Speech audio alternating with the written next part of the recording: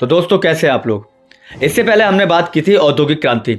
औद्योगिक क्रांति में हमने एक चीज़ देख ली थी कि किस तरीके से इंग्लैंड के अंदर ही औद्योगिक क्रांति ने शुरुआत कदम रख लिए थे। और अगर आपने इससे पहले के लेक्चर नहीं देखे हैं तो पहले वो देख लीजिए, ताकि आपको ये पता चल जाएगा कि हम कौन सा चैप्टर कर रहे हैं और क्या कर रहे हैं। ठीक है, तो अभी हम आधुनिक विश्व सेकंड कर रहे हैं, जिसके अंदर हम औद्योगिक क्रांति पढ़ चुके हैं। आज हम औद्योगिक क्रांति में नवीन और प्रौद्योगिकीय परिवर्तन को पढ़ने जा रहे हैं। ठीक है, तो प्रीवियस लेक्चर नहीं देखे हैं तो प्लेलिस्ट में जाइए और चैनल को सब्सक्राइब कर लीजिएगा। क्लास 10th SST NIOS के लिए बेस्ट है ये चैनल। आपको सारा कंटेंट यहाँ पे मिलेगा और लाइन टू लाइन कंटेंट मिलेगा। ठीक है, तो स्टार्ट करते हैं हम अपना अगला टॉपिक 4.2 औद्योगिक क्रांति के दौरान हुए नवीन और प्रौद्योगिकीय परिवर्तन। होने वाली बात यह है कि औद्योगिक क्रांति के अंदर नवीन और प्रौद्योगिकी परिवर्तन ने उस समाज के अंदर परिवर्तन ही परिवर्तन ला दिए।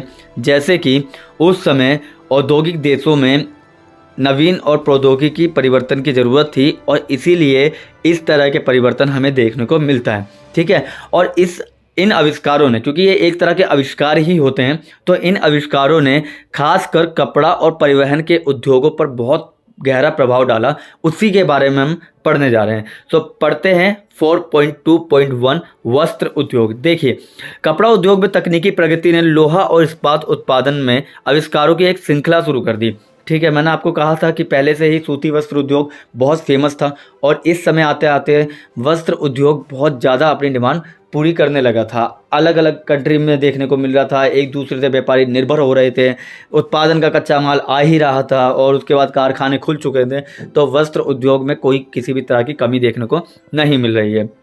और अब तो ये भी हो गया था कि दुनिया जो थी ना, वो ब्रिटेन से प्रेरणा ले रही थी कि भाई किस तरीके से व्यापार किया जाए, किस तरीके से अपना औद्योगिक क्रांति में कंट्रीब्यूशन दिया जाए। दुनिया के बाजार में बाढ़ से आ गए जब ब्रिटेन भी अब अपने हितों की बात करेगा। अपने हितों की रक्षा के लिए उसने कई कानून पारित किए हैं, जिसमें उन्होंने मजदूरों को दूसरे देश की यात्रा करने और अपने जो भी उन्होंने सीखा है, तकनीकी ज्ञान है, उसे बाहर ना खोलने पर प्रतिबंध लगा दिया।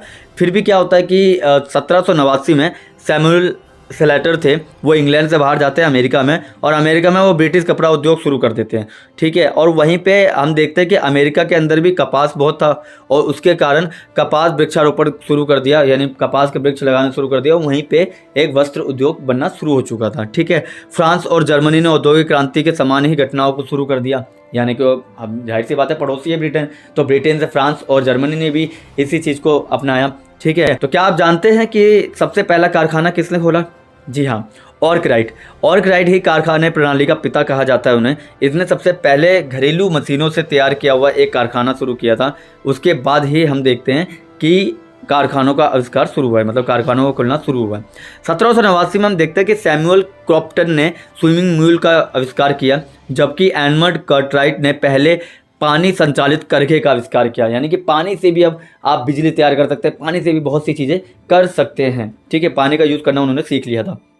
जैसा कि लास्ट लेक्चर में मैंने आपको भाप के इंजन की ताकत बता दी थी कि किस तरीके से भाप के इंजन ने उस क्रांति को और ज़्यादा बढ़ा दिया था, औद्योगिक क्रांति को, और वहीं हम बात करने जा रहे हैं भाप के इंजन को प्रॉपर पूरी तरह से 4.2.2 भाप का इंजन। देखिए, औद्योगिक क्रांति की एक और बड़ी उपलब्धि भाप की शक्ति विकास और प्रयोग था। ठीक है, इसने मशीनों के जो ज़रूरत थी ना, वो लोगों के अंदर बढ़ा दी, मशीनों को विकास की राह पे लेकर गए। जो मशीनें अभी आधी अधूरी बनी थी, अब वो भाप के इंजन के कारण और बेहतर बन सकी थी। और इसी के साथ क्या देखते हैं हम, 1705 में थॉमस न्यूकॉमन ने कोयला खानों से पानी निकालने के लिए एक इंजन का निर्माण किया, और उसी के बाद हम देखते हैं कि 1761 में जेम्स वॉट ने उसी डिज़ाइन को, न्यूकॉमन का जो डिज़ाइन था ना पानी निकालने का इंजन, ठीक है, उसको इतना बेहतर बना दिया, भाप के इंजन के साथ मिला के इतना बेहतर बना दिया कि उसमें 4 गुना ज़्यादा रफ्तार हो गई थी। यानी कि पहले अगर एक दिन में 100 लीटर पानी अगर निकाल सकते थे, तो अब आप 400 लीटर पानी निकाल सकते थे।